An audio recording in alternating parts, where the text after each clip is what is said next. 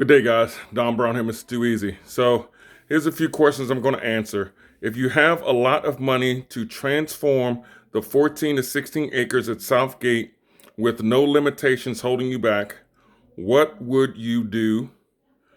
That's the first question. Then try to accomplish what you perceive the community wants and what the developer needs. Okay, so, and then let's see, another added complexity is how to blend it.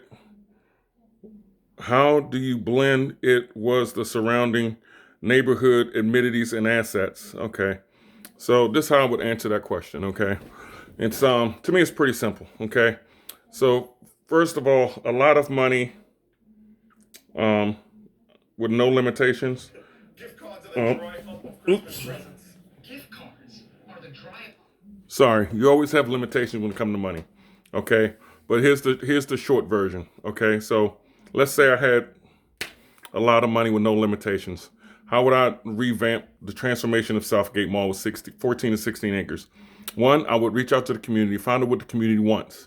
Now, we already know Southgate Mall is also a historical landmark, okay, with the Underground Railroad and stuff like that with Black history.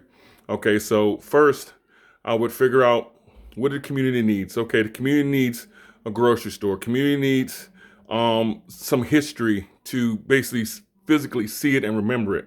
The community needs clothing store. Community needs let's see, job stuff. Job fairs over there, like a Ready Link or Career Link, something like that. The community needs a place for children to go. For those who may not have daycare services, for maybe those who need tutoring. Let's see. The community needs a whole lot, but you have to find out what the community needs. Okay, then you blend it in with stuff around it. Okay, so we know the Elm Street project. Okay, one project across from Southgate Mall is an assisted living senior citizen place right across the street. Okay, then right beside that is some single family homes. And then further up near Doris and Jack's, they revamped some homes over there too. The one thing that's missing over there, okay, and I'm driven by there, I walk by there. There is no green space. So your average household is a family of four in Chambersburg. Out of the entire Chambersburg, 20,000 people reside in Chambersburg. The average household is a family of four. Then the average cars per household is 1.75 cars. So basically 2 cars per household. So if you're going to build something or revamp something or reform something, make sure it's conducive to, first, we don't have any mass transit. Okay, so how people are going to get to and from. Okay, so guess what? That's great where it is in Third Ward, right there, Southgate. Everything's in walking distance. There's a lot of people that live over there, so they can walk there. They're asking for ice cream parlor. They're asking for education stuff for children. They're asking for food stores, sandwich shops, clothing stores, stuff like that. They're also asking for a place if they want to open up their own store. So how would I reach that? Basically this, and this is how you keep your community safe and clean for minimal dollars. Okay, if you create a co-op, okay, because the farmers got it down pat. You create a co-op that people buy into and the government buys into. That way, if they already bought into it, they're investing. Okay, because guess what? If you look at all the rental properties all over the United States, but let's just talk about Franklin County, Pennsylvania, or just talk about Pennsylvania. All the rental communities. Okay, we understand that like for Redwood, okay, the borough or whatever I forgot the name of the rental place is. They're keeping it up. Okay, so they do the snow removal, the snowscape, landscape, all that stuff. So imagine if the people who was invested in that say, okay, you can own this property. So if I'm owning a property, I'm going to take pride in my property. So if I'm owning a piece of Southgate, whether it's one storefront and it's five of us that's owning it, we're going to take pride in it. We're going to make sure we clean up in front of it, behind it, make sure everything looks great, make sure the storefront, everything looks good. That's the difference between someone just saying, I'm just going to pop this here and it's owned by the government or it's owned by this one company and then they're responsible. The community is not invested. If you want it to last long, you have to have the community invested. That's the key thing. You got to have them invested. You look at everyone that owns a home.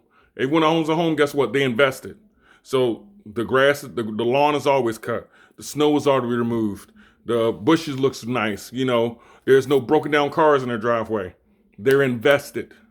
So do the same thing with Southgate Mall. Have them invested. The stuff that the sister living us across the street, that looks great. That's awesome. Okay, you can do the same thing with Southgate. Whether you level it and start from scratch, or whether you just revamp it. But for me, I would level it and start from scratch. That way everything looks uniform.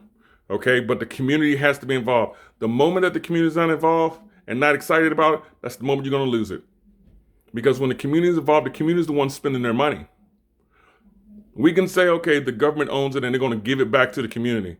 But if the government don't express the community what their needs and their wants are, guess what? You're dead in the water. Because no matter if you have 100 employees that works for the government, those 100 employees are not going to go to Southgate Mall every single day to make sure those stores are vibrant. The community will. So you have to get the community involved. It's just that cut and dry. What's the next question?